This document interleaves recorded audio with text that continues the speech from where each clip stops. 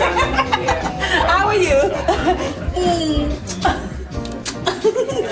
Good to meet you. How much are you as well? Yeah, we have them here.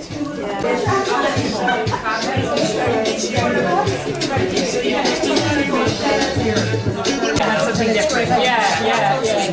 So for my throat, so I'm using for that just to make the whole stimulate and easier. It's not confused inside and outside.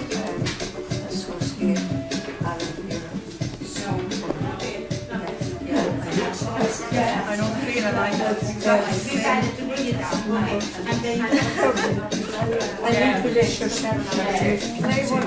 Yeah, exactly.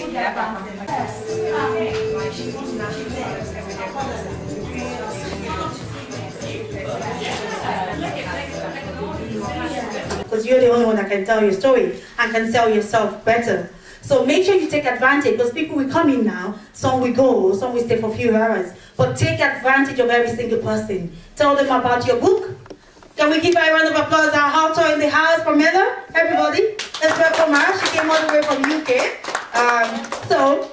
Let everybody make an impact for yourself and for today and for us as a woman, as women together. That is what it's all about. So I'm going to leave you guys in the able hand of my right person. Esmeralda is her name. So I'm just going to leave you guys for a couple of minutes. People will be arriving so before we call the house to order. So get talking, get to know each other is important. That is Louise. Louise has been very fantastic all through this period. I'm going to talk later about it. Anyway, but she is extraordinary fantastic. She sent me something, was it 2 days ago? Is it 2 days ago you sent me that? And when I read through it, I sent it to her. I wanted her to just have a look at this, read it, and tell me what she thinks about it. And that project is related to this project itself. And then by the time she replied to me, I said, there's no need me doing anything again. I'm just going to use it the way, just the way it is. So thank you very much. I so much appreciate it when I read it and said, oh, she got me. She knows what I'm thinking about. It is about making impact, and you saw it in that, and thank you very much for that. So, Esmeralda as well, she's part of the team. I'm going to talk about it later, but I'm so excited about it. I tell you, she's calling me nearly every day since she's more nervous about this conference than I am. Because, oh, how many people have registered? She just keeps calling. Thank you very much. I really appreciate it, yeah. Because I had a friend that we worked together, we started this group together. Her name is Vera. I should have put her up. She died 2 years ago. She had cancer and she died. She's just, since she died, I've not really had somebody within the group that gave so much support as she does. So it's just been just like doing everything on your own. Even though you know you have a team, you know the way you have a group team, it's not everybody within the board that really puts into it. So you're doing even more than she would have done, but you know her very well, yeah. So thank you very much. So I'm going to leave you guys to enjoy. The house, our keynote speaker has just arrived, so let's everybody just get talking for the next few minutes. Thank you, Mary, for coming. For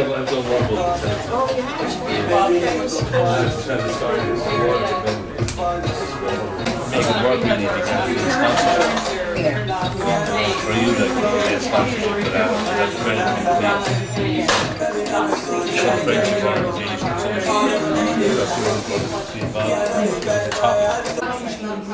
Yes, so, yeah, for the last, so I published on my own in 2015, I wrote mine, and then thereafter I just started supporting other writers.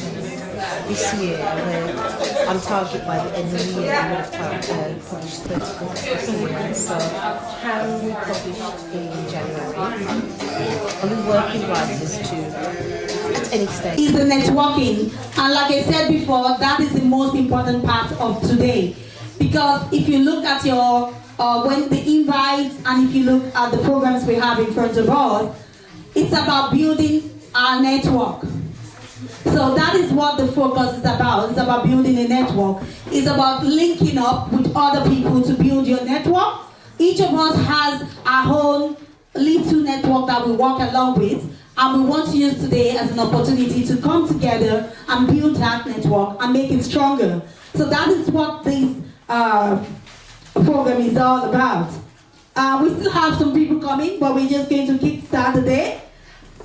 Now, I'm meant to be the first person to talk.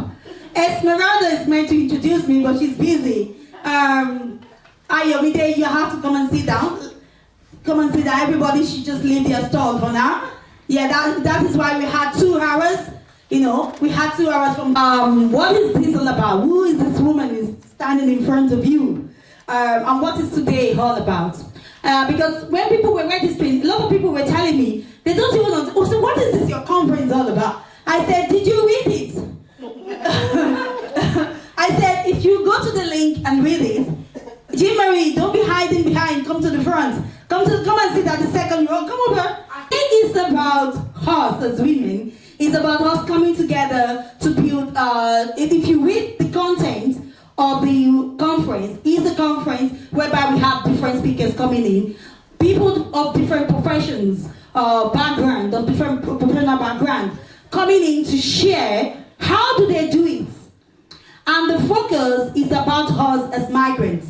It's about the Africans, it's about us as Caribbeans, it's about us as migrant community. And when we said migrant community, we are extending that actually to the Haitian community, the Pakistan, the Indian community, the Latin American. So these are all, they all fall in between the migrant community because people seem not to understand that definition of what migrant means.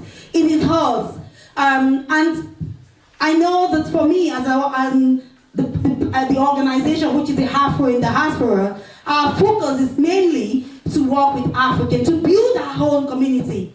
But at the same time, the main thing about our focus is not just building our own community, it's about integrating. And how can you integrate if you don't invite other people, other community into your own community? But you have to offer them something. It's not just integrating. It's not just building your own community. You have to have something to offer. And if we don't position ourselves strategically in a position of power, then we don't have anything really to give. So that is the focus of the group. That is the focus of this forum today. It's about us as migrant community living in this community, new community, whichever name you give us, coming together as one, building our own community. But in the process of building that, building a platform that we can use to network and integrate with other community as well. So that is what today is about. Summit came into power. And I'm not going to take your time. Where is Esmeralda? Because she's supposed to do the timing so we can get this day right. Can somebody get Esmeralda for me? I think she's outside. So, okay. I'm going to go ahead and do my presentation. Today is all about this Migrants Conference Summit for Women. It's about REM. Now, what is the meaning of REM? It's about rural ethnic micro entrepreneurs. So can you see today that we have some of our women here that are actually trading, starting up their own small businesses.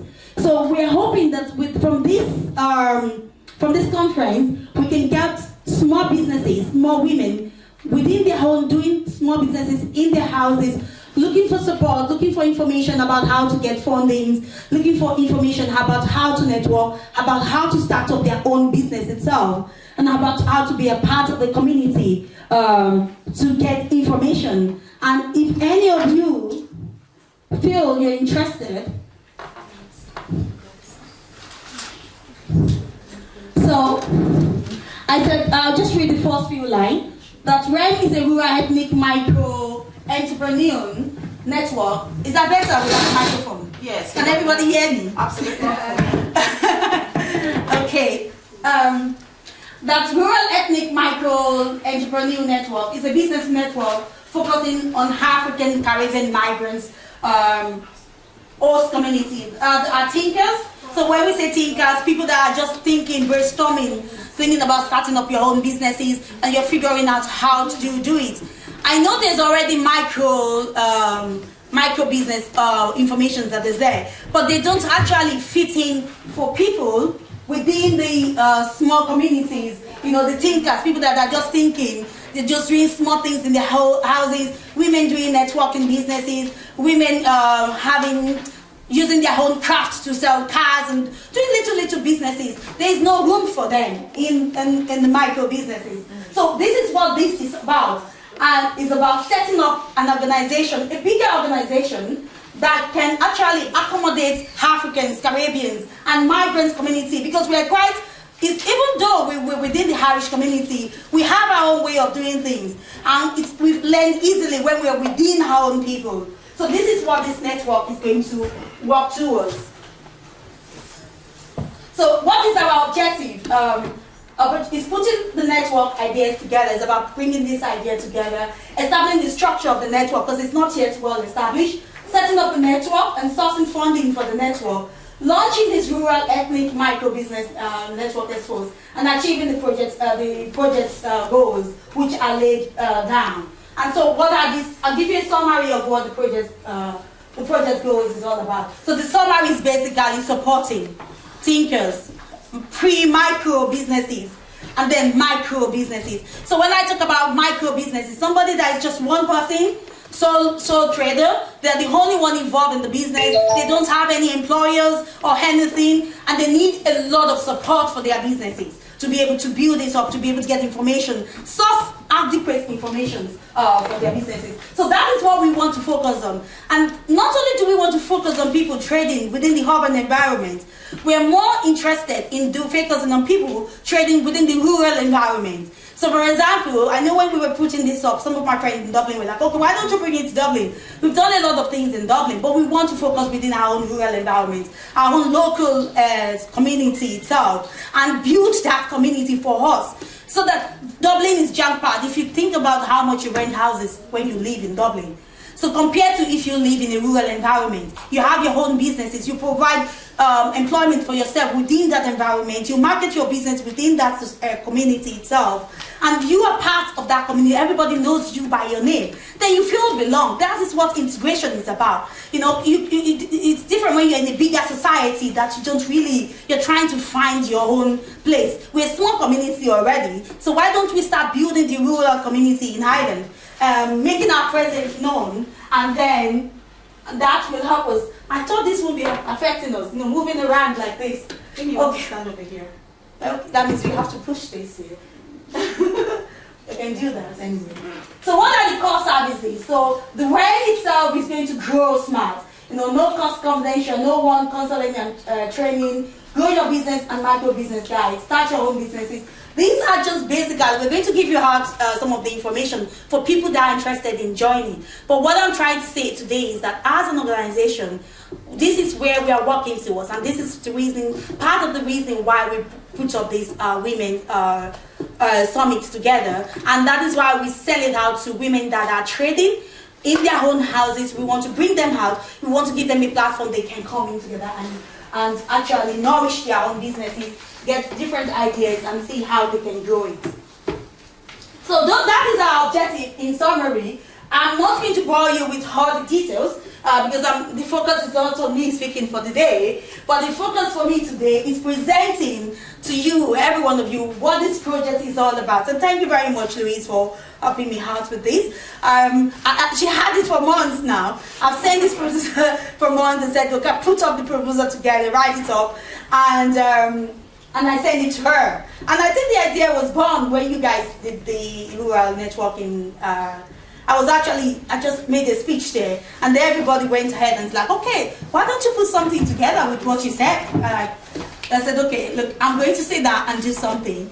And then I came up with this idea and asked her to have a look at it. And thank God, hopefully we might sort some good things for it to make sure this comes into life. So from that, this came up. Now I'll tell you what this is all about, this women conference today and summit. Now in Cavan, we are organizing a cultural feast for the week. We were thinking of organizing an event to bring the new community all together and the Irish community together. So this program is part of the cultural feast. So this morning they had the children's program. I was telling some of the people that brought the kids, it was taking place at the library if they wanted to just go take their kids and have fun. I think it's off now, so it's supposed to start by 2 o'clock. But there's another program going on as well, between 2 and 4 as well. And this women summit is as well going on. So And because we have this in place before, I felt we have to have a starting point. And the starting point is about bringing you guys together today and doing this. So, thank you all. I'm going to say a big thank you for everybody that's here in advance. And to have any representative of the council that would like to say something. Teresa, are you thinking of saying something? Okay, I hope I'm not showing. Yeah, I was thinking you might want to say something. Now, this project is partly supported by the County Council, the Peace County Council, here in Cavan. So let's give them a round of applause. I'm sure she's going to kill me after this. It was too late before they decided to go ahead with the funding. You know, we were talking about you were asking me. I think this was yesterday. I got the letter to say, go ahead, we're giving you something towards this. And I was like, okay. At the last minute, okay. Anyway, thank you very much. We appreciate it. So today, I'm going to introduce you guys to the first speaker of the day. Now, she's here, and I think she's happy enough to go ahead. Are you happy, Joanne? Okay, good. Now, and this is one of the reasons when I was advertising this summit, I said to everybody, bring your daughters along. Bring your daughters along. It is important, you know, that we lay good foundation for them, especially within our own community. It is very important. So, we have this young lady. She's one of our young achievers. I'm going to put up, sorry, I'm a little bit clumsy, so I think she's here today to give us an inspirational speech. She's one of the speakers to inspire us and to inspire the young ones as well, which is very, very important. I think because I'm a mom myself, and I know the importance of actually inspiring our young one, you know, kicking them up, telling them how important it is for them to actually do something for themselves. When I was growing up as a child, I think the only thing my mom tells me that you know is that education is the only thing that can get you out of anything. I don't know if that is true, but I feel it is a bit, you know, somehow it is the truth. But the truth is that experiences of life is important. So I'm going to invite Joanne Thompson. Can we give her a round of applause, please, everyone? Come on, we can do better. Do you need help? Are you okay? No, just take that away. You should recognize it. No, it will, because I just have to bring down my own. The recent graduate of the Dublin Institute of Technology. There she completed a BSc Accounting and Finance in 2017 and MSc Accounting in 2018. So, both of which with first-class honors. Currently, she tutored part-time in accounting in October of this year. She's starting. She will be joining the Price Waterhouse Cooper as an assurance associate. That's wonderful. Congrats.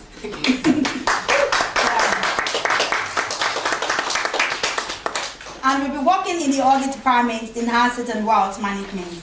Our short-time goal is to become a full qualified chartered accountant by 2021, and in the future become a lecturer in her field, as she is passionate about teaching in this area. So let's give her a round of applause, everybody. I'm not going to try to say congratulations to you. Thank you. That was a great achievement. Within a few years, you had your master's with first class. Yeah. Congrats. Thank you. Now, I've told my daughter she must come out with first class. Come and have your place. You can stand there, because if you stand there, it won't be showing.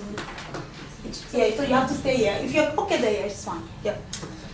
So, hello everybody. I'm Joanna. And today I'm just going to give a short presentation on empowering young women through education. So, thank you, Susanna, for inviting me. So just a short bit about myself. I am, I suppose, a part of the migrant community. I was born in Jamaica and I moved here when I was 8. And I have experienced all levels of primary, secondary and tertiary level education while here. So I'll just start. So this was a quote given by Nelson Mandela. That education is the most powerful weapon, and we can all use it to change the world. So I think education is very important for young women, and there are just 3 questions that I think are important when you're thinking about empowering through education. So why, what, and how? So I'm going to address the why first. Research has shown that higher education can encourage a nation to become a global player in the global marketplace. And investing in higher education allows for more economic prosperity within a country, as well as improving their social well-being. For women, why this is important, studies have shown that within the corporate world, there are studies that show that, the studies show that when women are in leadership positions, companies are actually shown to be more profitable, more productive, and more innovative when they have more women in leadership positions than they have in their counterparts that have less women in power. So what I have found is that in order to reach a position of leadership, it is important to invest in that higher education. So I took some statistics from the CSO website from the last census that was taken in 2016. And what we can see here is that in the brown, this is all in the workforce, how many people have gained their 3rd level or higher education. And what we can see is that it ranges from highest to lowest, and in teaching and educational professionals and businesses, it's about 90%. And in education, it would be almost 95%. Another infographic shows that that women are actually more invested in higher education than men, with the last census showing women are 43% in education, whereas men are only 40%.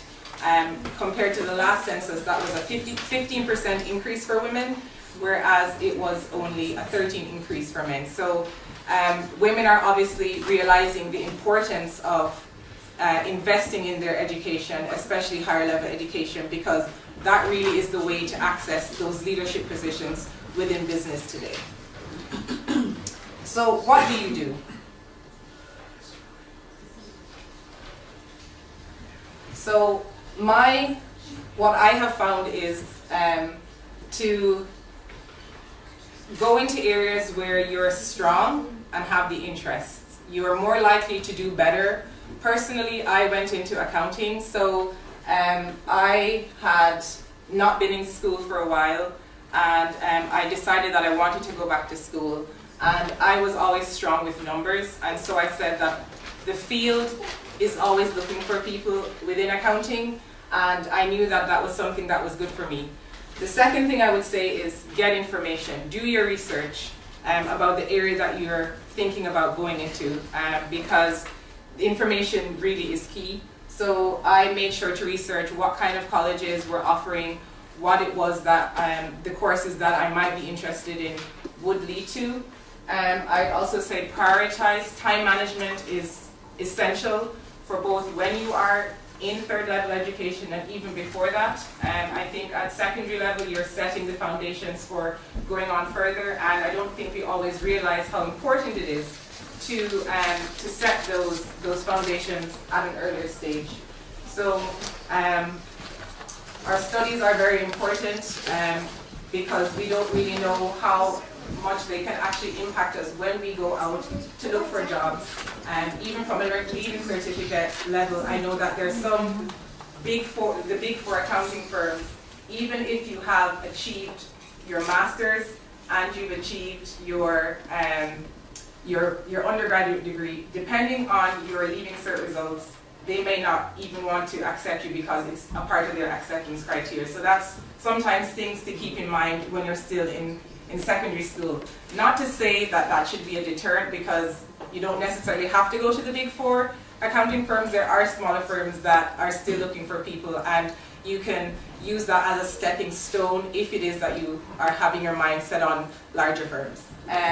Seeking opportunities, getting experience through volunteering, part-time work, joining a club. A lot of, I'd say, employers look for us to be diverse in our interests, not just to be solely focused necessarily on education, but they want to see that we are well-rounded individuals, well-rounded business people. So I personally would have worked in special needs as well. I would have volunteered in various activities. I tutor. So those are all things that you can bring to the table and, you know, to put on your CV as qualities that you possess to make yourself more attractive to prospective employers. So how to do it? There are a number of ways I think that are available, a number of avenues that you can pursue in order to get yourself to where you want to be in terms of empowering yourself through education. So there are post-leaving cert courses that can be used as stepping stones to get into higher level institutions if it is that perhaps you might not have gotten the points for your leaving cert. There's online distance learning courses. I personally would have done one of those in the interim of looking at where I what I wanted to do in life, in my career. I did an online course in teaching English as a foreign language. Now I knew that I didn't necessarily maybe want to do that forever, but as well, you know, it's making the most of those opportunities that life presents you with, and you know, working in the interim to find something to do while you are on your journey towards your career. Again, there are third level institutions, IT colleges, universities, and then there are other institutions. So say for example, I know for specifically the field of accounting, there is the Accounting Technicians Ireland. That is also another route, or Chartered Accountants Ireland. They take students who are not necessarily going through the university route. So there are options open. There are apprenticeships that you can also take in other business fields such as insurance. And I know that if people are more, I guess, practical, there are different apprenticeships that are available out there as well. And just one final thing. It's not about having time, it's about making time. Utilizing our time and what we are given, the resources that we have. It's true that everybody faces obstacles, but I think that if we have the determination and the drive to succeed, that we will. So I just want to say thank you for listening. Now we're going to have questions. If anybody wants questions, if you want to ask some questions regarding what she has said, regarding the presentation, it's important that we do ask. So do we have people that want to ask questions in the house? How relevant this could be to you as an individual? So I'm in college now as well, yeah, and I just started. So I just wanted to know, like, what do you think was like your biggest challenge, like everything? My biggest challenge, I suppose it was juggling. I'm a single mom, so it was, you know, traveling to work, to school, and coming home. You know, it was a challenge, you know, but it's making sure. That's why I always, you know, time management is so important, and making your priorities. At the end of the day, I have to be a mother first, and I had to recognize that, which was sometimes hard to have to, you know, I'm a very driven person, and exceeding is very, very important to me academically, but I also had to remember that, you know, I have somebody who's depending on me to, you know, to spend time with them, to help to encourage and nurture them, you know, so I would say that, yeah, time management was the biggest, I think, the biggest challenge, you know, that it was surviving on maybe 3 hours of sleep for the day or something like that, you know, because you have to study and you have to be a mom too, so, yeah. That's really close. Thank you. Do we have any question for her again? I need the moms in the house to, you know, say something. No, this is a conference, this is a venue for us to learn, this is a learning environment for every one of us. Have the young ones at the back. Guys, do you have any question for her? Thinking of how did she make the first class? Yeah. I think I need to have from her as well. I need to, yeah. Sorry. As a young achiever, how young are you? You wanted to say that, yeah. Okay. I didn't hear. She's 27. Yeah. Brilliant. Why do you ask that? Yeah. You want to know the age category? Yeah. She should be able to say it now anyway. Yeah. That's fine. Don't worry, it's fine. Oh, thank you.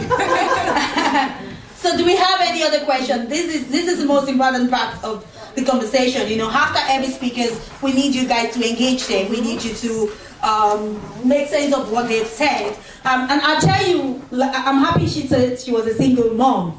I wouldn't have mentioned that, but I think that was one of the reasons I actually was happy to have her talk today.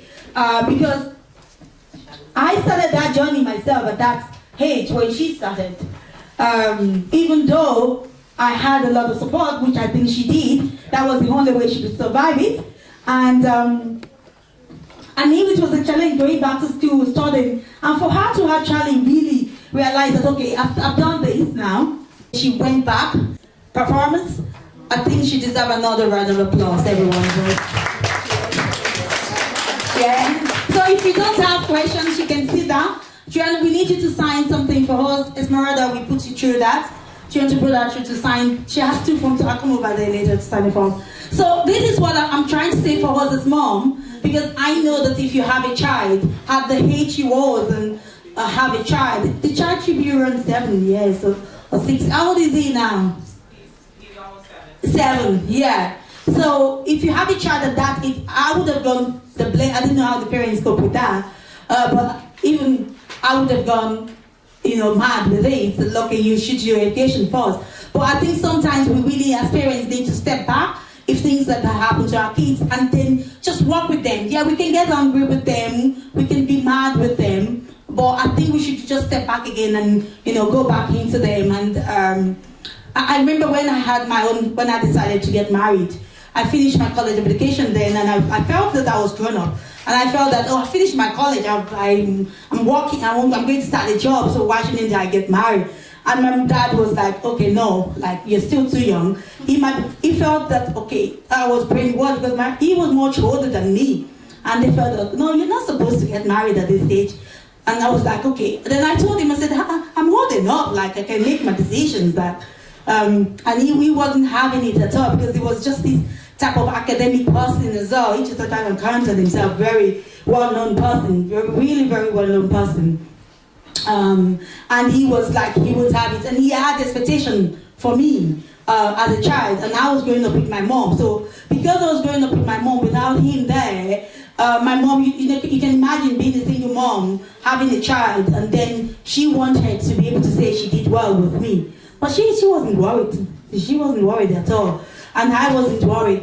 But without support, sometimes you just kick back and you can't just do anything. You won't be able to pick up your life again and then restart. So I'm happy for her. She picked up her life. She started. So, and that was why I wanted her to come and inspire the young ones there. And the parents as well, for us to understand how important it is. Thank you very much again, Joanne. Can we give her another round of applause, everyone, please?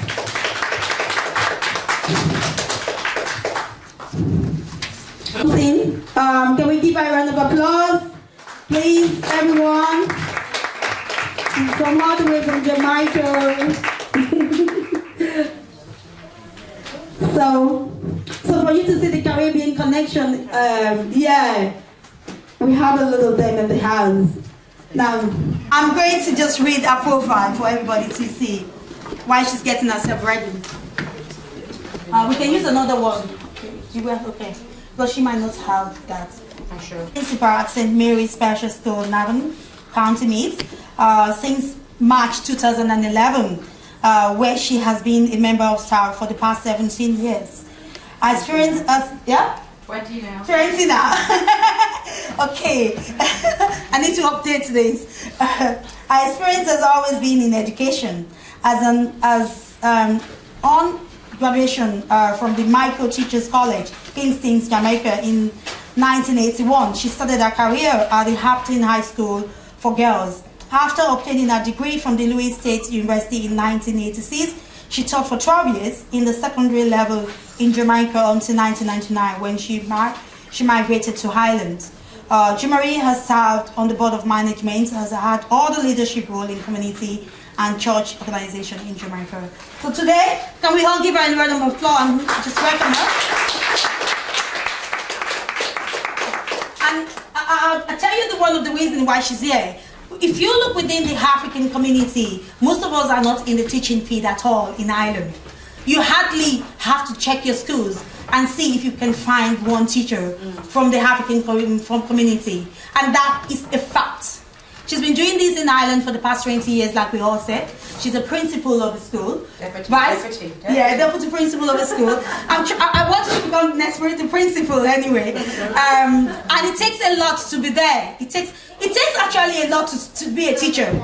I tell you, it takes a lot to be a teacher, and especially being out from our home community here in Ireland. It's different when you're in the UK, but here in Ireland, she is one of the people that are paving ways when it comes to education. So congratulations on the past 20 years of working. Let's give her a round of applause and let us enjoy her.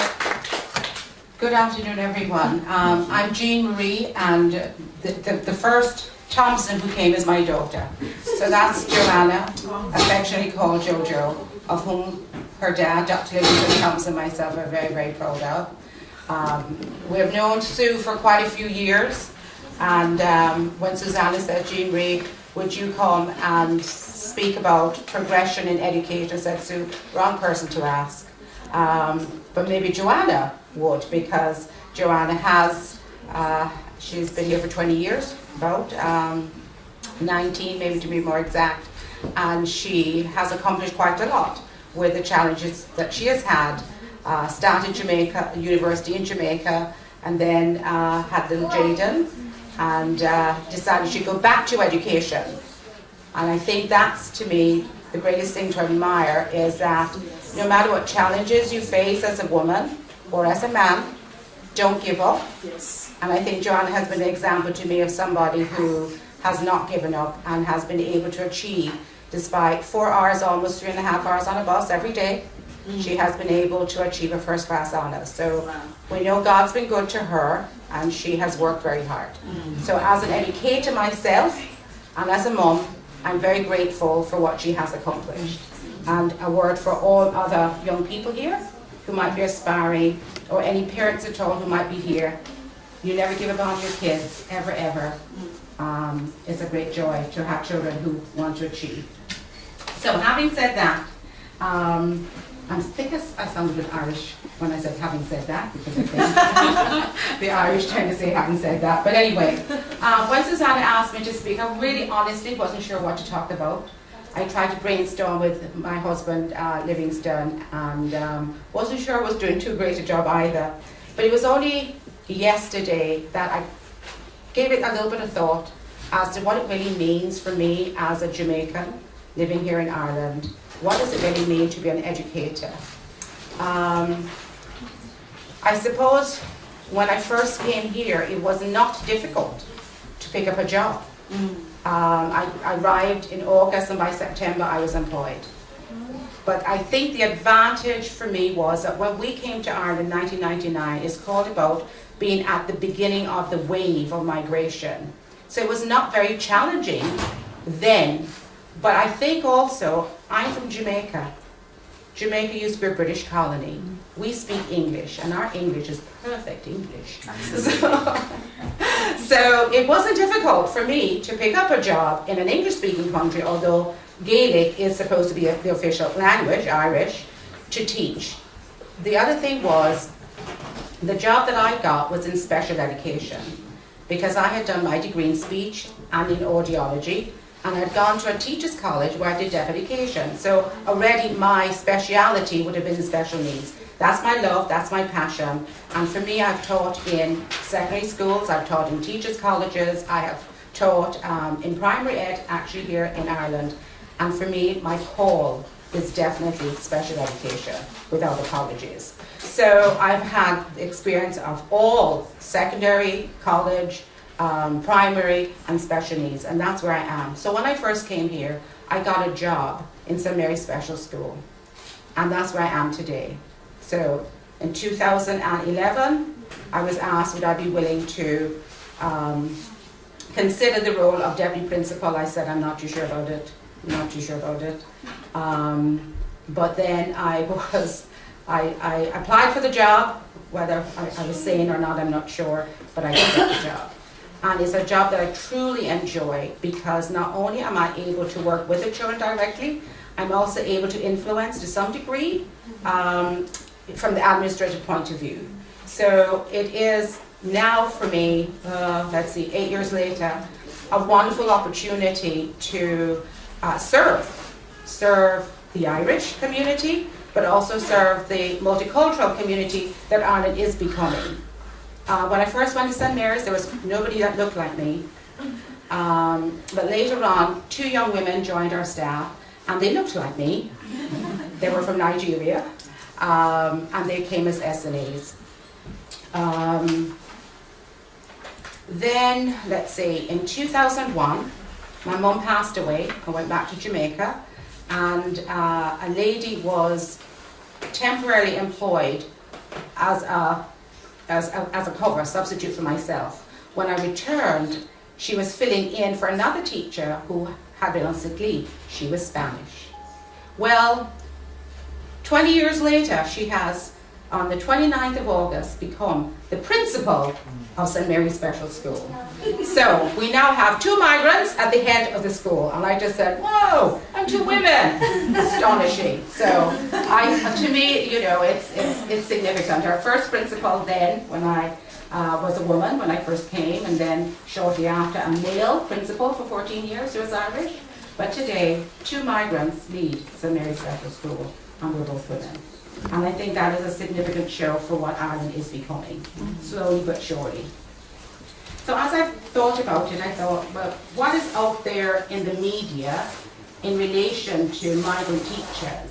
So I tried to Google many things. Now, Google isn't God, okay? But you do kind of look to Google for a few answers, really quick answers. And I couldn't find anything about black teachers or migrant teachers or migrant principals. I said to Livingston, you work with migration, is there anybody out there? And he said, I'm not really sure, but he was given a thought. I think there's someone who could be from Spain who is at the head of the ecumenical school. Sorry, with Trinity. And then there's a lady from Moldova, I think it is, who is teaches in Limerick at one of the colleges. I'm sure there are. I know that there must be. Just that we don't seem to be able to think of them real quickly, okay? So I did a little bit of research and found that at the Marina Institute of Education in Dublin, they now have what is called a project for migrant teachers. And I thought, whoa, you know, that's wonderful, okay? So I did a little bit of research, and that is what I'm going to sort of share with you or present on, because as a migrant myself, when I would have gone to any of the deputy principals or teacher gatherings or training, there were no other foreign nationals in the room but myself. I didn't have an issue with it, because as Jamaicans, we never have issue with that.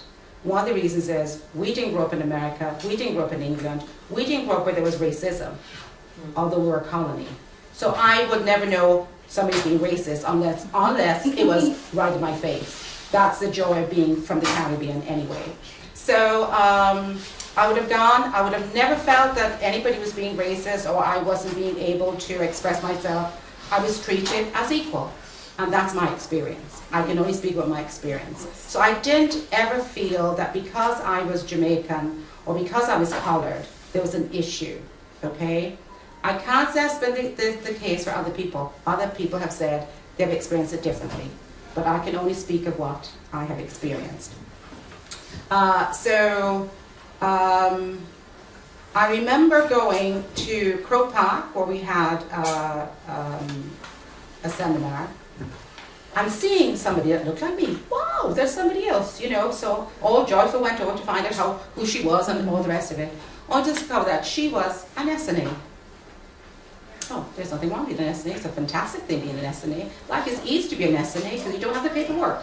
But she was an SNA. So what I began to discover was that most people who were migrants were not teachers, although they might have been teachers where they're from. Yes. I realized that my own circumstances was kind of unique. But I think it was unique because my language, first language, was English. And I came at a time, I think, when it might have not been such a struggle. I also would have been recognized by the Department of Education, and it wasn't difficult to get my things from Jamaica, and there was no need to translate anything. It was pretty straightforward, so it was not a difficult journey for me. But what I did discover was that there were other people, and having read a little bit about this project that Marina has, that would have been some of the responses that they got from the survey. We're qualified in our home country, but somehow we don't get recognition here.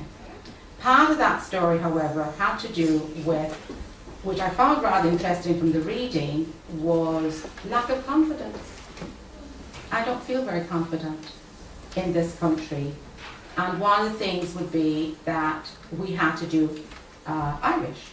I don't need Irish. But when I went to class with my husband once, I was like, won't go there. Sure ain't gonna pass the subject, you know. So I was grateful that I didn't have to, but that's one of the things that has come up in this project, which is how realistic really is it to ask people to have the qualification of Irish, not in secondary school, but in primary schools, when there's such a shortage of teachers, and you do have teachers right here in Ireland. So can we not kind of look at the scenario, look at the situation, and address it realistically? So this is one of the articles which I found was actually very, very good. It's by Catherine Donnelly, and she wrote this in December 2017. Let me put my glasses on and see if I can just quickly go through this. It says, it has to do with the concern, I think, that, 12% of persons here in this last census, which was 2016, almost 12% of the population were from migrant communities, which is quite astonishing. That amount is 1 in 8 of the population. They or their families have come here from almost 200 countries. So now Ireland is truly multicultural. However, it says the teaching profession in Ireland is predominantly Irish, at primary level in particular. Research in recent years found that more than 95% of trainee teachers were white Irish. There's nothing wrong with that. The huge change in the profile of the general population of the past decade and more makes its own case for a more diverse teaching cohort to reflect that transformation. It says then, among that 12% are many foreign trained teachers who find it extremely difficult to get a job in this country, despite the wealth of experience and perspective that they bring with them. International research shows the benefits to schools and students of having a diverse teaching staff, including promoting integration. Okay? It says as well, further down, there is another good reason for Ireland to encourage foreign trained teachers to work in our schools, the current teacher shortage at both primary and second level.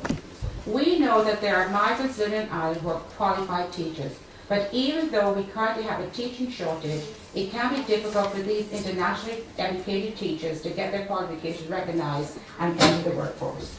So, apparently, as a result of that, it says teachers who have trained abroad are being invited to take part in a migrant teacher project to help them find work in Irish schools while alleviating the shortage of teachers across the state.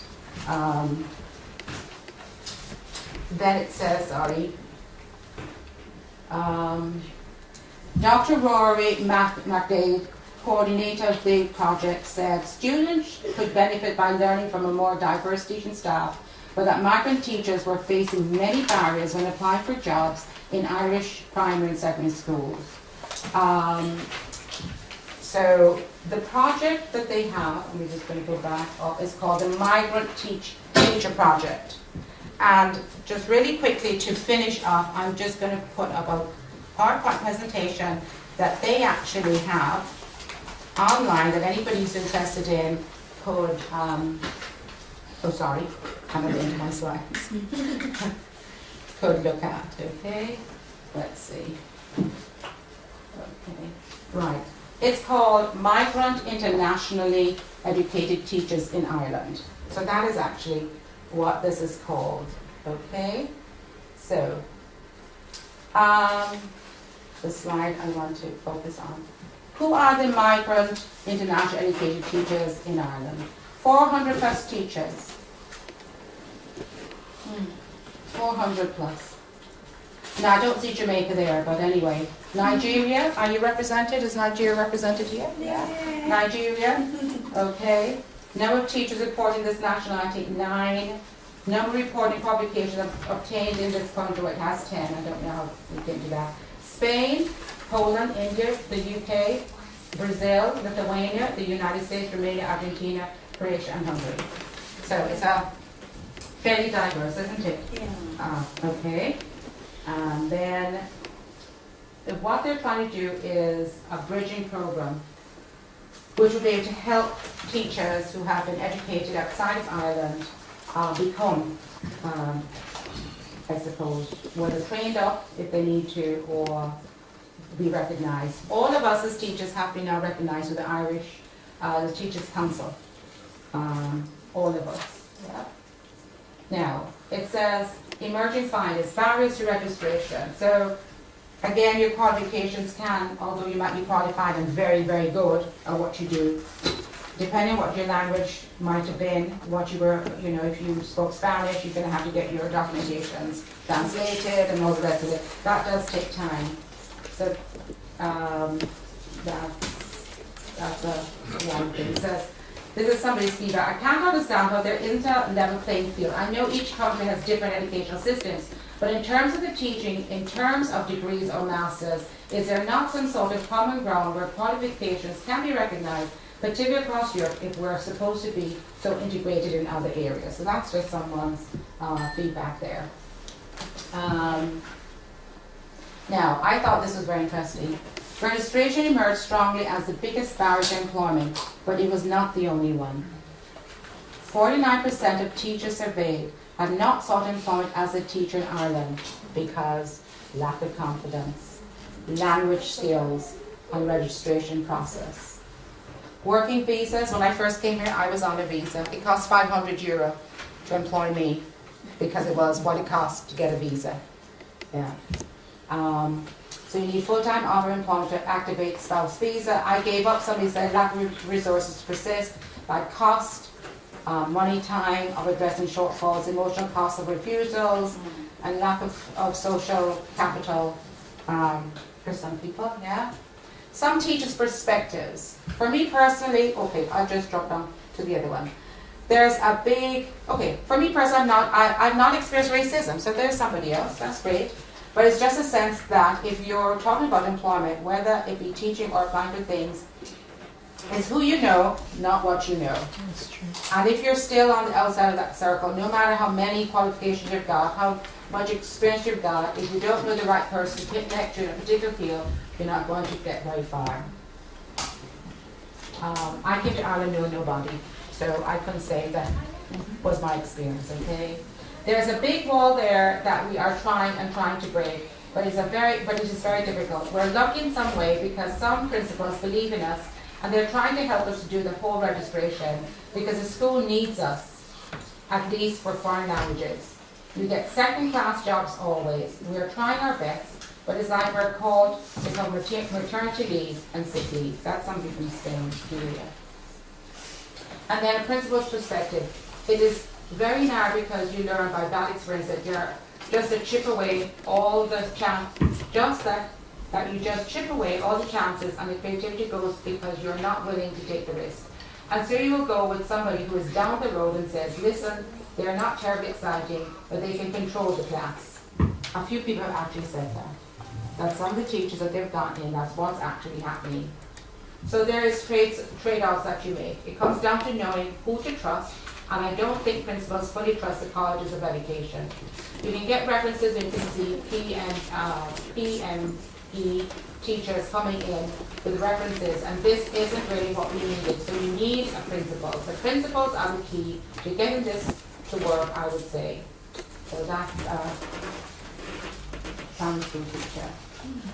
So to the very end here it says, possibly it's because of our own insecurities, cultural issues there, having to do with language, like we said before, let's see, it's who you know, not what you know. I'm not sure if that's true for everybody, but that would have been what some people felt. It's who you know. So that is the PowerPoint presentation that was made in relation to the project that's going on at Melina College in Dublin. So thank you, Jean-Marie. If you need to sit down for the questions, we have. I won't be here that long. We have some. Do we have any questions in the house regarding that? Is there anybody that likes to know more about what it is to be a teacher? Yeah. Is somebody there? Is Marida behind you?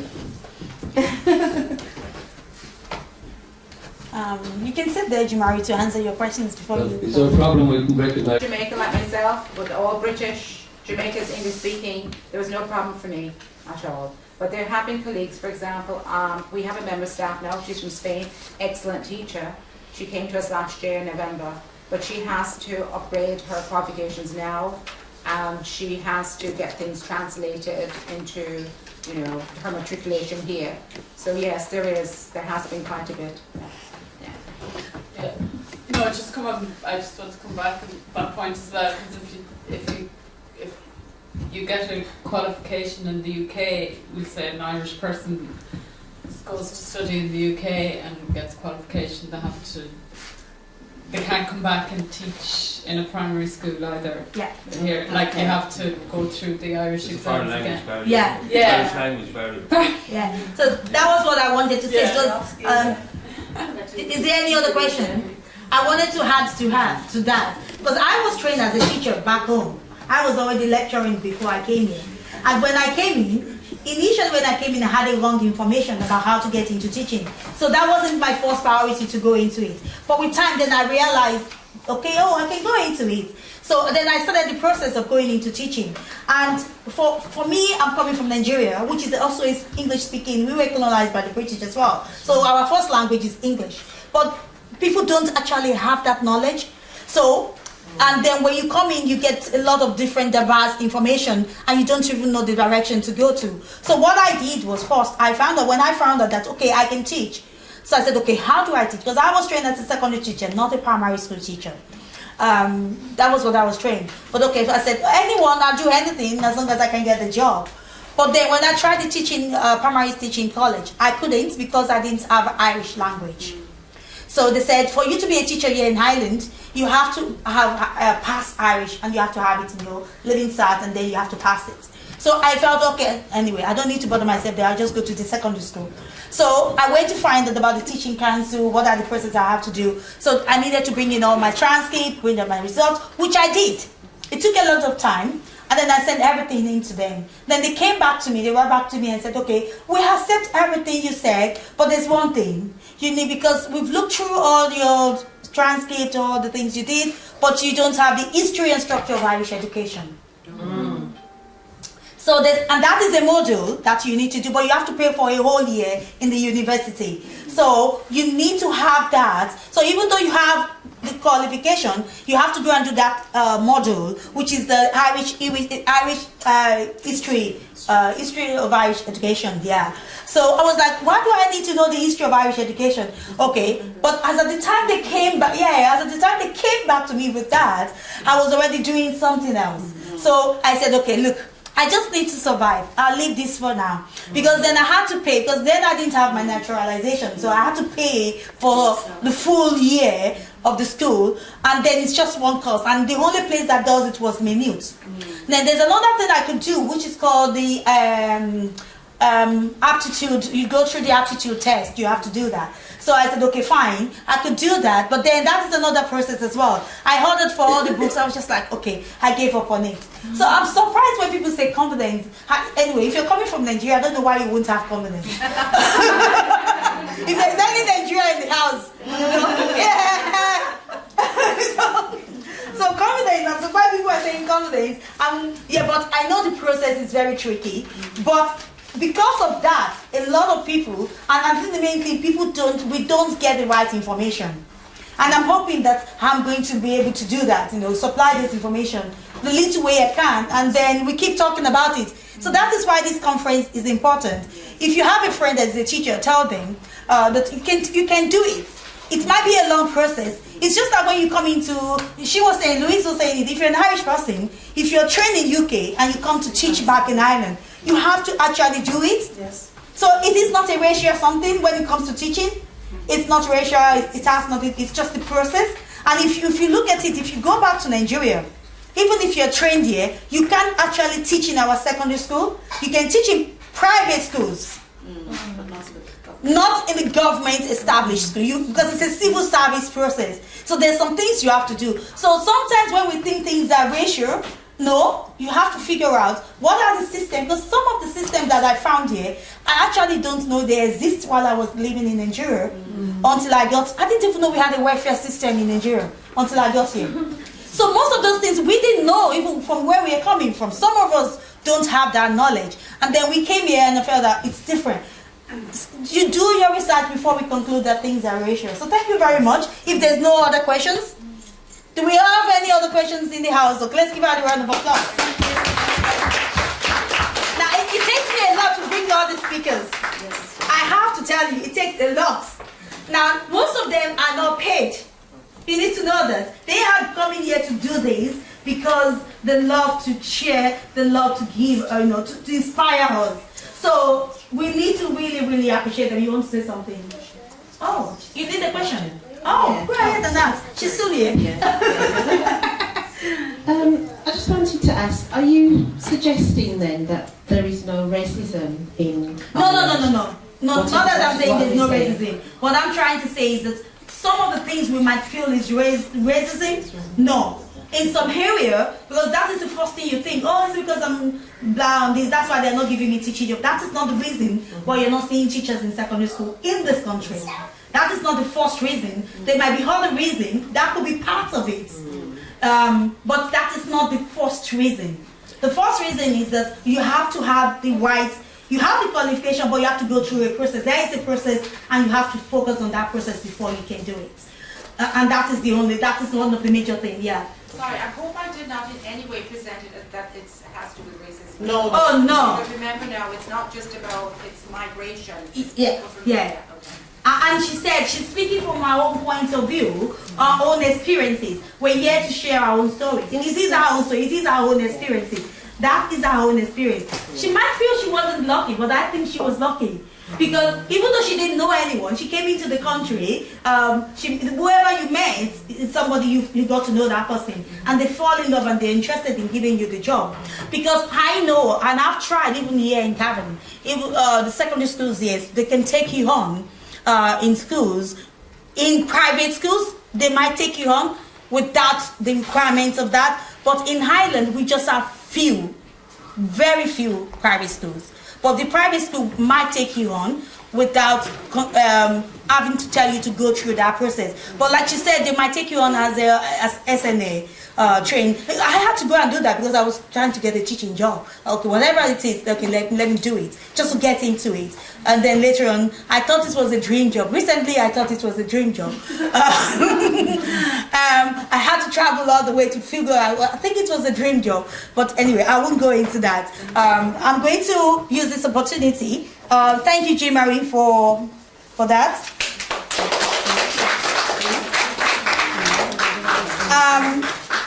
I'm delaying, Pamela, because I know you're okay. because I'm waiting for the person that will be co-launching with you, which is our mini TD. The two of them, they came initially, they went away, and then they will be coming back soon.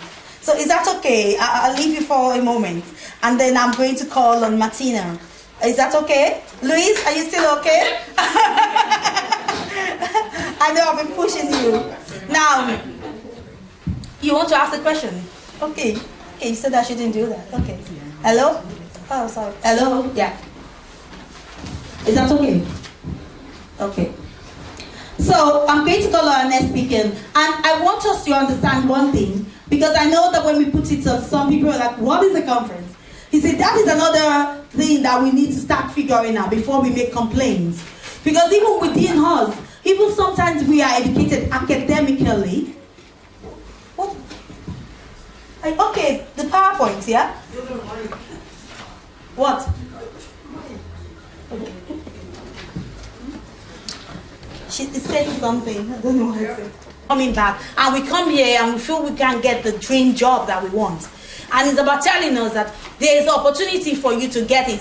You just have to go through the right channel first. And then, in the process of getting it, that is why this lady is coming up to talk now. In the process of getting your dream job, you can do other things to inspire yourself, to be able to put food on your table, to do things that you will love. So my next speaker is Martina Galligan. Martina, will you please stand up for us and come over? Are you not using the PowerPoint here? I'm not, no, I okay. want to talk. Now to tell you guys, can we give her a round of applause? Now one thing I'm going to say is that most of the things we're saying is on the TV, so it's live stream, so in case you say something, I should have said that from the beginning. And the camera, yeah, the camera you're seeing down there is live streaming on the Akaban TV. So you'll be watching it there. You can share it to your friends everywhere. I should have said that. I hope I've not said anything I'm not supposed to say. Wrong time.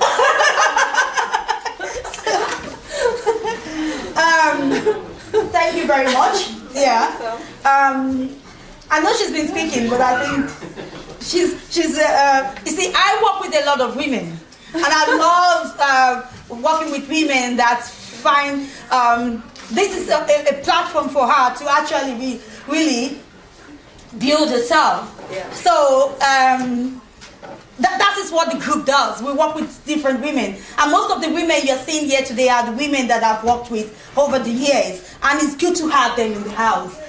Thank you very much. Thank you. So I'm going to tell you a little bit about Martina. Martina grew up in Dongari.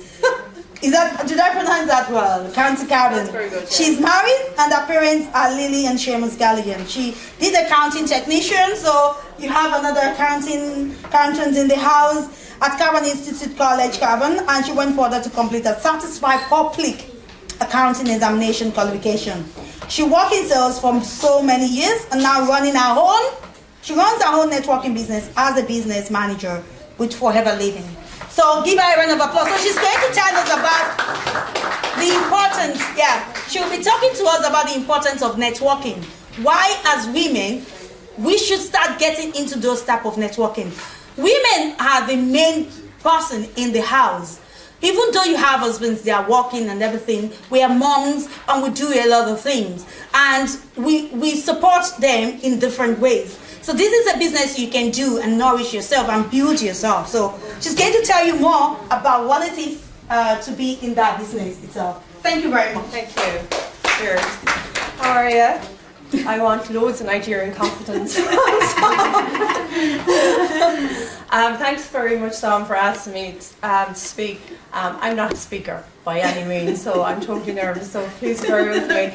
But that's what I love about Sam, like she really does build us up as women, like, and puts us into positions like this, totally outside my comfort zone, but it's like helping us to grow, and that's what it's all about. So it's lovely to come here today and share my quick experience. So I'm only going to be speaking really for a few minutes, so bear with me. But my name is Martine. My background is in finance and accounting. I suppose I discovered different things about myself when I went travelling. So I left Ireland about 10 years back, and I went travelling for about 15 months.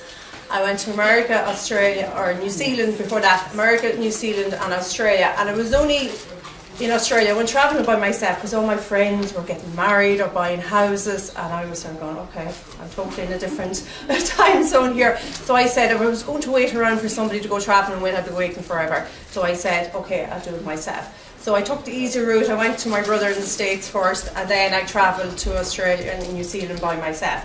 So it's really the life experiences that I only realised that you do have to change as an individual. You only realise that when you actually leave the country, because you have to fend for yourself. There's nobody there to pull you out of a bad situation.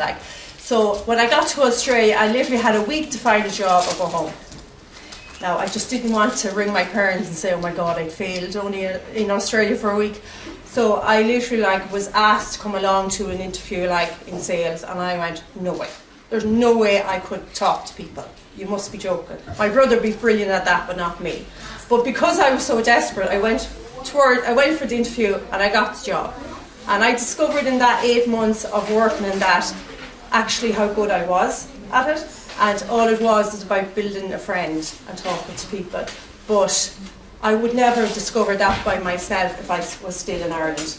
Because unfortunately in Ireland, if you follow a trade, if you go to college, you do studying, why would you do something else? Why would you look to do something else different? So I think there's a little stigma in Ireland. I don't know if it's in any other country, but I know myself, where I grew up in rural Ireland, it's if you do something different to what you studied, why would you do that? It's looked at something, it's frowned upon, I suppose. So when I came back to Ireland, I continued in sales because I really enjoyed mixing with people. Because in accounting, I was working in an industry and it was the same thing, repetitive over and over and over again. So I loved the whole challenge with sales, and it's literally just talking, making a friend. So that's what I discovered in that. So that's what I continued doing. I suppose when I got married, I went back into finance, which I was kind of taking a step back. But I suppose it was that settling down phase away from the single life. So I said I better get the real job, whatever.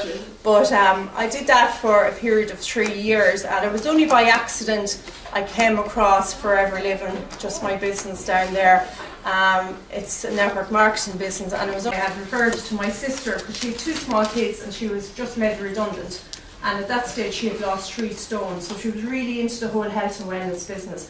So I said to her, why not have a look at this, work from home, you can build a business around your kids, no pressure to go out, childcare costs. And that's it.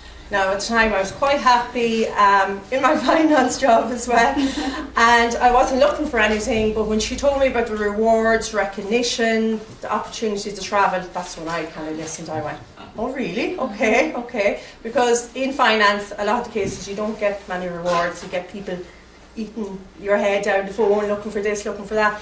So I really liked that part of it, and that's the only reason I got started. It was meant to help her. That's exactly what I was going to do, just to support her, and I started using some of the products. But I couldn't actually believe the difference with recommending some of the products to my colleagues. Now within 2 weeks I knew their challenges and everything like that, but I couldn't actually get over the difference in these people, their attitudes, the way they looked, after knowing what challenges they were going through. And I said, this can't be a coincidence, there has to be something in this. And I would be a very sceptic person. I would never have looked at natural products, never looked at a company. I would go, oh, are you mad in the head, go to doctor, or whatever like that. So I was very close-minded, I suppose, and not open-minded at all, which is very bizarre. But so I literally started by accident. I recommended that to everybody. It was my pure excitement. I was just telling everybody about it. Within 17 weeks I made manager. I was earning a good 1,500 extra income per month, which was unreal.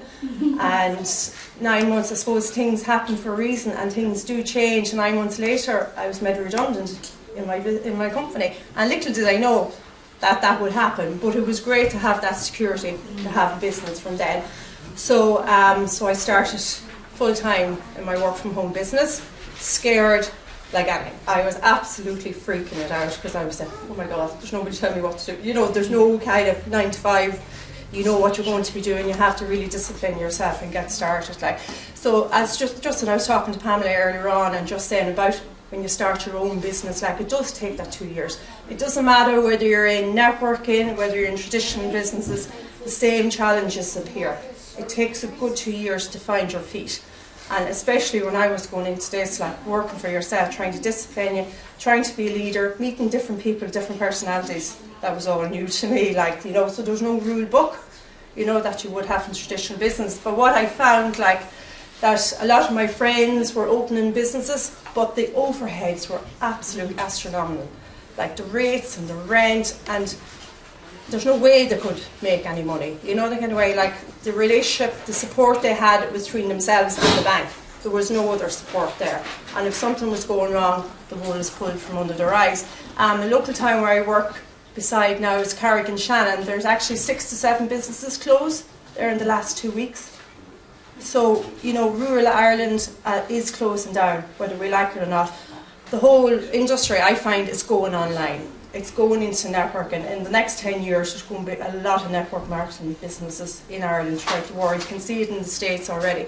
So what I love about Forever, it's a global business, so it's a global opportunity.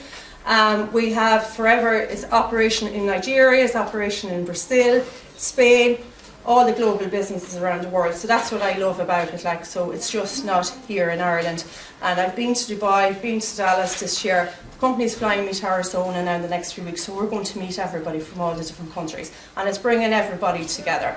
And that's what I love. It's a family-owned business. They're very, very big into personal development. So you might just see products there, like, and people might just think it's just products. And so really look at us as individuals and really want to establish us, women and men, to build our own businesses from home, and just to think that you can achieve what you want to achieve, like, and if the lady would say there, to never give up, like, and that's so, so important. So it is like confidence. It does take courage, you know, but I love the support network that we have. There's somebody there, we have a group, we have a great team, and everybody's there to help each other out as well. You know, so it definitely does take courage, but at least it gives people the options, and I love that. As a professional lady myself, it's great to see that there is other options there. So I teach and train people how to set up their work from home business. You know, I know a lot of professional ladies having their kids, staying at home, like, and would love to, but they have to go back to work, and the childcare, it's killing them.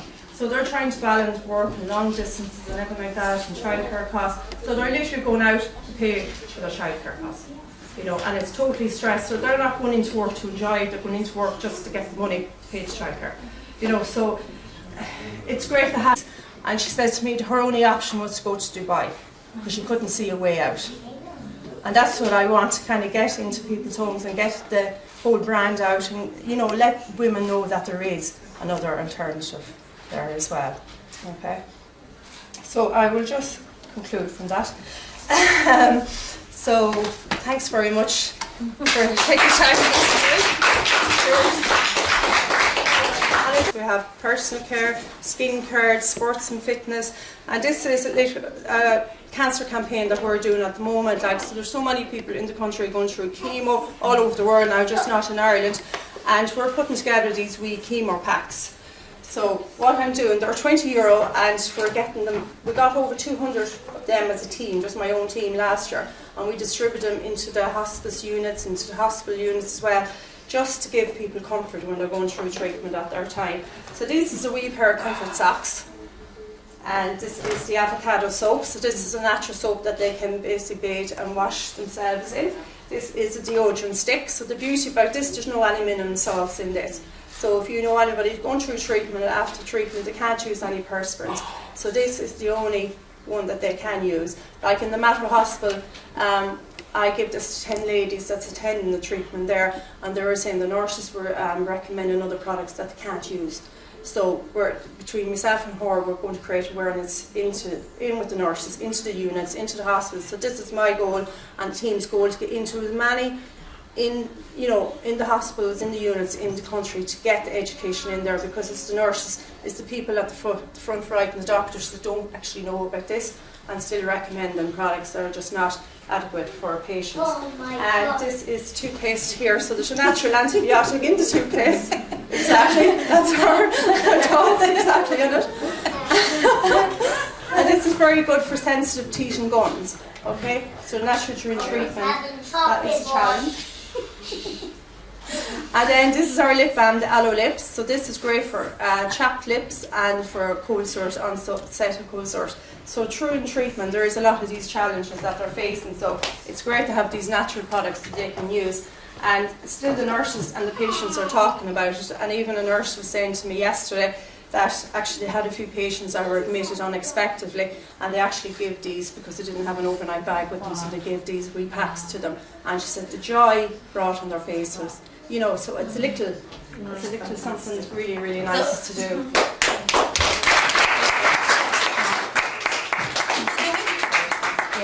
So do we have any questions? If you're thinking of what type of business you want to do, and or if you're working and you're trying to, you need extra, don't go yet. Don't go yet. And you're thinking of making extra money. Now, she can talk you into doing any business. And she tried with me anyway, she did.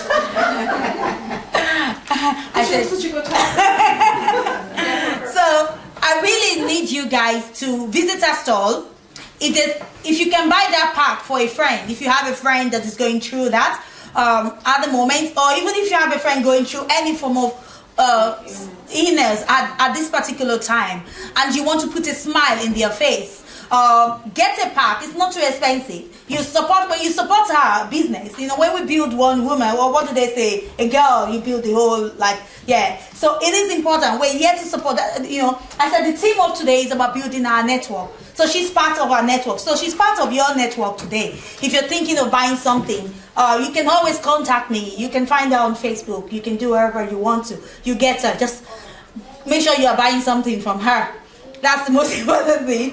Now, do we have any questions that we want to ask when it comes to women going into networking businesses? If you're thinking of joining that, is there anybody here that want to find out a little bit more? Ask something that might be in your mind that you might have been thinking of, like, she should give you a round of applause again. Yeah. Thank you very much. Yeah. Quick question. How big a network would you need to have? What's the smallest or the largest? You can really have a smaller space. What we do, we kind of look for 5 key people. We call them the A team, like, so I have 2 of the 5 at the moment. So it's entirely up to you. Like, I have a team where some people are just quite happy with 5 or 10 hours a week, and they're just quite happy with a couple of hundred a month. Me and myself, I'm very driven. It's my career. I want to travel the world, and forever offers me that vehicle to do that, to be able to help everybody around the world. So I'm achieving what I started out to do, so I'm very, very happy with that. But you can build as big a network as you want. Yeah. Any other thing? Okay. Do we have any other his? Now, Toluwani. Yeah, Toluwani. You have to tell me how to pronounce your surname. I was supposed to ask you in secret, but I'm asking it openly now, because I've been figuring in my head how I'm going to pronounce that thing. I said I'm going to get somebody else to come and do that part. You have to teach me. So Pamela, do you want to stand up for us, please? Let everybody recognize you. Can we give Pamela a round of applause? Come over here. Now, if you look at today, is meant to be a conference for Africans, Caribbean migrants. So if you look at our across our speakers, so we have 2 speakers within the Caribbean, within the African community, within the Irish community, and then we have within the migrant community as well. So we were trying to bring women from all those diverse community to be part of today's conference. And one thing that I always say is when people walk along with me is that sometimes we have a target as a team, and I told her when she came that our target, she came all the way from UK to attend to be here today. So thanks for coming. It's a great effort on your part. Yeah. So, I tell people that when this team is about building, remember, it's about building our network. Each of us in this room, we have something that we are doing. And you need to build that network, to extend your network. So as we're here in this room, start looking at people around you that you feel that has something to offer you. And I think everybody has something to offer you in a way. Make sure you take their contacts. their numbers. Like, you see, when I was doing this conference, I thought I was doing it for everyone. I was working with women but I realized today the information that Jean Marie gave was for me. Recently, I was looking for a dream job. I had to go all the way to UK to do what she was talking about. Even though I don't think anybody in this room knew I did that. But I had to go. Whereas I didn't realize I could still actually get that opportunity right here at home if I dig a little bit more. So it's as if today, what she brought in here today, even though we know each other, but we never talk within that area. I'm bringing that within today. It's something I have to look into and see how it's going to favor me. So every single one of you, look out and see what will favor you. So I'm going to read a little bit about Pamela. Are you going to prepare? Do you have a PowerPoint or anything? Okay, so before I do that, sorry. A justice system, and she has worked in variety of as a probationer officer roles and setting, namely as a court probationer officer, caseworker, and as a program tutor. Pamela became a practice development assessor in 2002, working with training probationer officer studying on the BSc Community Justice Program. Pam was a guest lecturer at Hertfordshire University, sorry guys, and she has previously sat on the Probational Studies Examination Board. Pam is currently a senior probation officer where she has continued to develop and coach team through to level 2 and 3 award in NVQ, which is similar to our FTEC level here in Ireland. Community justice and custom. You need to speak to that woman. She has a school. Make sure you speak to her. She might be looking for you to teach. Tutor, or at least to promote what she's doing. Both of you should talk. Justice and custom care. Qualification. Winner of the Lift Effect Star Award. That's one of the great awards in UK. June 2007 for our long service in the criminal justice system. And recipient of the Powerhouse Global Award for Author of the Year in May 2008. So today, not only is she speaking, she's launching a book here in Ireland. So let's give her a round of applause. Yeah, she's launching. Can I have a copy of that book? Because I need to put it and get it down onto the TV. You know, I said today is about promoting. Now, she's launching this book here today. She has launched it in UK. And she's launching it here today. She has a publisher here in the house as well, which is good. So she's going to talk a little about this book and tell us a little bit about herself and our own experiences. She's here to share her story with us. So we welcome you. The floor is yours. Thank you. Good afternoon, everyone. It's wonderful to be here this afternoon to meet you. First of all, I'd like to thank Susanna for the invitation to come here and speak to you this afternoon.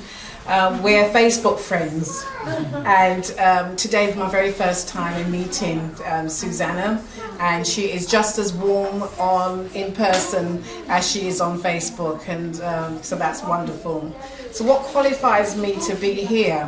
Whenever I try to address an audience, I try and make a connection. And the connection that I have with Ireland is that back in the 17th century, a lot of Irish people went to the island of Barbados and worked as indentured servants alongside the slaves in the plantation.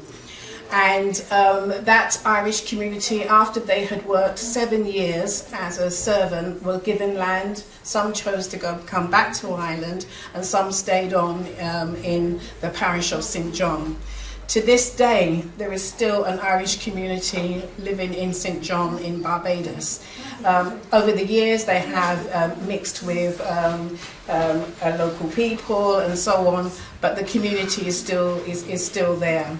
So the experiences of Caribbean people and the Irish people, especially when they came to London in the late 50s and early 60s, is very, very similar. And when I grew up in Canning Town in East London, quite a few of our neighbours were Irish people as well. and experienced the same issues around discrimination in the workplace and so on. So you would have been familiar with the term no blacks, no Irish, no dogs. Yeah. So our experiences are very, very similar. My parents, in terms of looking at the title, my parents hail from the Caribbean island of Barbados. They met here and had their family here. I'm the eldest of 5 siblings. I'm the only person that still lives in the East End of London. My 2 sisters now live in Essex. They're all Essex girls. And my brothers live in Australia. So that's been my experience. That's where I am so far. I went to local schools, and my local schools, they didn't really have high expectations of somebody like me. A lot of first-generation British people were labelled as educationally subnormal and were streamed into the lowest sets in school and feeling very much unsupported. But thankfully, I had a teacher at school who was originally from Barbados, who really encouraged me. And I also had a youth worker who also was quite dynamic. He will challenge a lot of the discrimination in schools as well. They worked together and they put on a school trip to Barbados when I was 17 years old, and I was fortunate to be one of the young people to be chosen to go on that trip as well. And I have to say, it really opened my eyes going to Barbados. So being in an environment which wasn't very supportive, and then travelling to Barbados and seeing an educational system where the teachers